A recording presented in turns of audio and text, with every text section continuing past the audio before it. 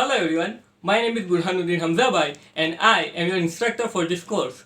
The Zero to Hero Android Developer course is precisely crafted for the beginners who have no programming language experience but want to learn about Android development. And as I said beginners, we will start completely from the scratch.